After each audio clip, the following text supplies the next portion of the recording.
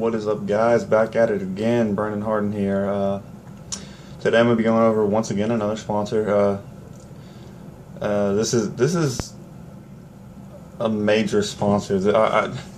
Not that the other ones aren't, but you know this contributes a big part to my fishing, and you know I think that a lot of you out there can really use this, and I believe that it'll also help you. But today we're going to be talking about rod socks. I got a rod socks right here. It comes in a bag just like this. This happens to be a 7-foot casting. You can get it in spinning and casting from 6 to 8 feet, depending on what rod you would like to put it on. They're UV resistant. They're breathable. They're mildew resistant. These things are flexible. They're designed to protect your rod. And to keep them organized. I can't tell you how many times that I threw all my rod. This is prior to rod socks. Let me clarify that. I can't tell you how many times that I threw all my rods into the in the truck or the boat, and and the treble hooked on some of like the lipless cranks or whatever I'm using that day. Gets caught up with the line on the other rods, and it's a big tangled mess, and it's. You're wasting time out there where you should be putting fish in the boat. You should be out there fishing, not untangling your rods. And these will absolutely prevent it. As you can see, I've got all my rods over here. All my rods have rod socks except for this guy right here, which those are going over. But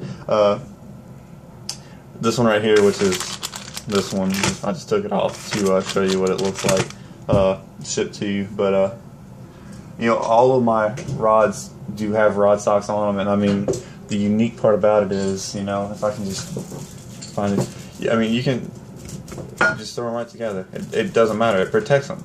The guides are covered. Everything's covered. The entire rod. So that makes it really great when you just want to toss them in there, and you don't have to worry about laying them a certain way to where they're not gonna tangle, which is a great thing. And not only that, you got to think about it's protecting my rod. And when you have rods like this guy right here, a Chunks Custom Rod Geek 7-foot rod, that's anywhere from a $230 to a $300 rod, you want to protect it. I don't want this thing getting scratched up. I don't want it to get scuffed up. I don't want it to one of the guides to come off, or one of the guide wraps to break. So that's a big part with this rod, is protecting it. And no one wants to buy a brand new rod and spend a ton of money on it, and then go out there the next day and snap the tip on it because you shut it in the rod box, or you close the tailgate on it. You don't want to pull a bill dance on yourself. You don't want to break a $230, $300 rod. Some are even higher than $300.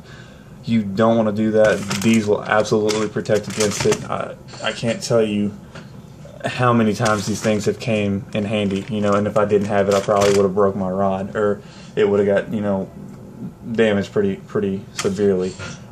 These things are made of the highest quality weave on the market. You can get them in several colors. I like the blue, honestly.